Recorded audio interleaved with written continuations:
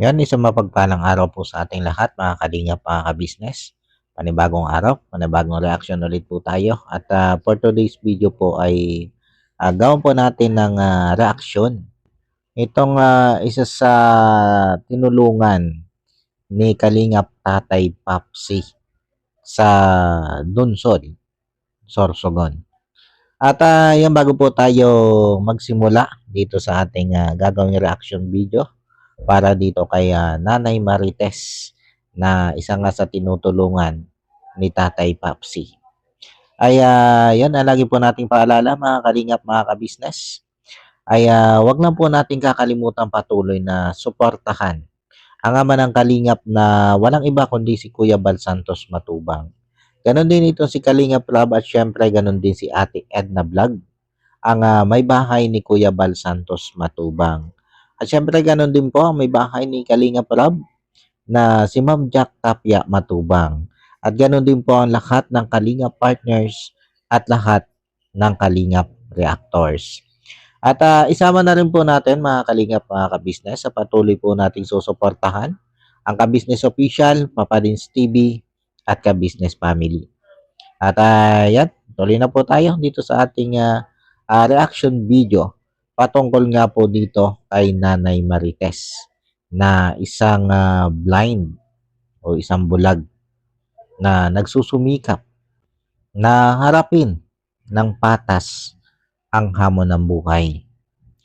At ito nga po si Nanay Marites ay sa kabila ng siya nga po ay blind since 3 years old pa lang daw siya, dahil nagkaroon siya ng sakit at dahil nga sa kahirapan ng buhay ay hindi siya naipagamot hanggang sa tuluyan niya po na siya ay nawalan ng paningin. Pero sa kabila nga po ng itong si Nanay Marites ay ganito ang kalagayan, ay nakakahanga. Nakakahanga dahil meron siyang dalawang pamangkin na pinalaki at itinuring na tunay na anak. Di ba, mga kalingap, mga ka-business? Sa kabila ng ganito niyang kalagayan ay minapalaki pa siya na pag-aral at naitaguyod na dalawa nga pong pamangking babae na sa ngayon nga daw ay may sarili-sarili na rin pamilya. At ito si Nanay Marites, mga kalingap, mga ka-business, siya na rin lang yung tanging kasama ng kanyang tatay na 96 years old na po. At ayon dito kay Nanay Marites, sa panayam na rin ni Tatay Papsi o Kalingap Tatay Papsi, ay tanging itong paggagawa ng handicraft na itong basket na gawa sa abaka ang kanyang pinagkakakitaan. At ayon din dito kay Nanay Marites ay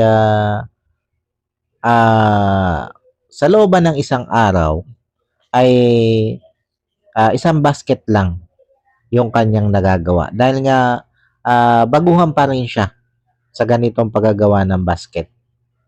At nagkakahalaga lang ng 30 pesos yung isang basket na nagagawa niya. Kumbaga, kumikita lang siya o kikita lang siya ng 30 pesos isang araw. At syempre, mahahawakan mo lang yung kita pag nabili na sa'yo yung basket. Pag nabili na ng customer yung basket na ginawa mo. At hanggat hindi pa yan nabibili, ay di wala pa rin kita.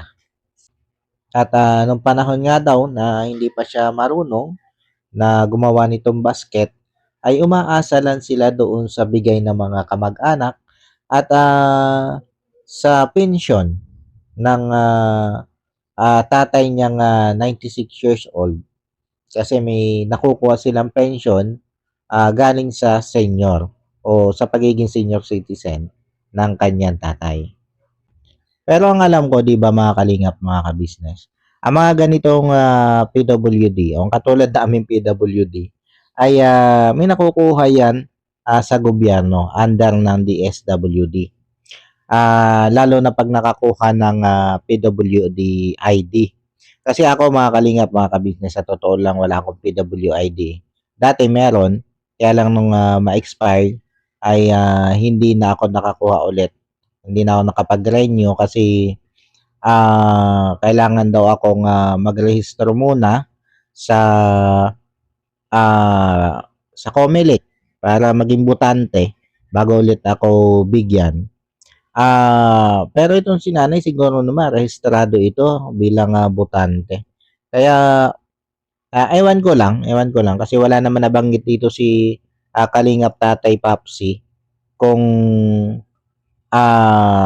nakakakuha ba ito ng pension mula sa DSWD. Pero siguro ito yung isa sa magandang itanong ni Tatay Papsi dito kay Nanay Marites. Kung sakaling o sa susunod nilang pagkikita. Kasi medyo ngay malaki-laki din bagay eh. Yung makukuha niyang tulong galing dun sa DSWD bukod pa dito sa mga maibigay na tulong ng Kalingap dito kay Nanay Marites sa pamamagitan nitong si Kalingap Tatay Papsi. 'Di ba mga Kalingap, mga ka-business? Pero alam niyo mga Kalingap, mga ka-business, ito yung mga taong sinasabi nating deserve talagang matulungan. Yung katulad nito si Nanay Marites. Na yan nga, nakikita natin na sa kabila ng kanyang kapansanan ay nagsusumikap siya. Nagsusumikap siyang sabi ko nga kanina ay lumaban ng patas para mabuhay. Yung ibang ganto ang kalagayan, kalimitan yan makikita mo, namamalimos, kung saan-saan nalaan dyan sa lansangan manghihingi. Bagamat hindi naman masama ang pamamalimos. Kumbaga hindi naman masamang gawain yan. Pero 'di ba mas nakakabilib yung mga katulad nitong si Nanay Marites na nagsusumikap. Eto, nakikita natin na kahit wala siyang paningin ay nagsusumikap siyang maging isa siyang produktibo at hindi umaasa sa kung kani-kanino. Na kahit nga doon sa 30 pesos isang basket ay pinagtsatsagaan niya yun. Pinagtsatsagaan niyang gumawa ng basket. Kahit nga sinasabi niya na isang basket lang yung nagagawa niya sa looban ng isang araw. Pero kaysa nga sa tumambay lang siya, umasa sa bigay, ay eto nga, nagsusumikap siyang gumawa ng basket. Para nang sa ganon, ay kumita siya ng kahit 30 pesos sa looban ng isang araw. Diba? Nakakahanga. Nakakahanga ang ganitong klase ng tao. Kaya sabi ko nga, ito yung mga tao na deserve matulungan. Lalo na ng Team Kalingap. At salamat sa isang katulad ni Kalingap Tatay Papsi na walang sawang nag-iikot sa mga komunidad para maghanap ng katulad nito si Nanay Marites para matulungan.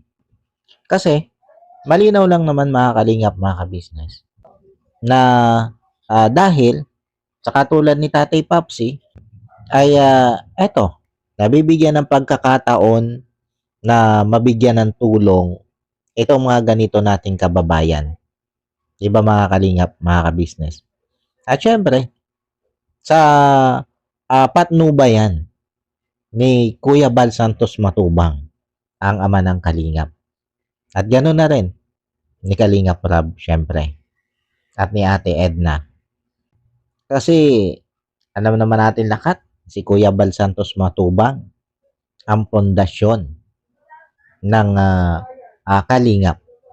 At gano'n din sila Kalingap Rab at Ate Edna. Sila yung mga pundasyon ng Kalingap. Kung bakit maraming mga kababayan natin na mahihirap, lalo na nga dyan, particular dyan sa Bicol, ang nabibigyan ng tulong at nabibigyan ng pagkakataon na mabago ang buhay na dahil nga sa Team Kalingap. Di ba mga Kalingap, mga kabisnes? Kaya sana patuloy lang po nating suportahan ang katulad nitong sila Kalingap Tatay Papsi. At maging yung iba pang mga Kalingap partners na nag-iikot, mga Kalingap Scouter na nag-iikot sa mga bawat komunidad para makatulong, doon sa mga kababayan natin na higit na nangangailangan. Katulad nga nitong si Nanay Marites. At yan mga Kalingap, mga kabisnes. Paano po, hanggang dito na lang muna po itong ating reaction video patungkol nga po dito sa tinulungang ito ni Kalingap Tatay Papsi.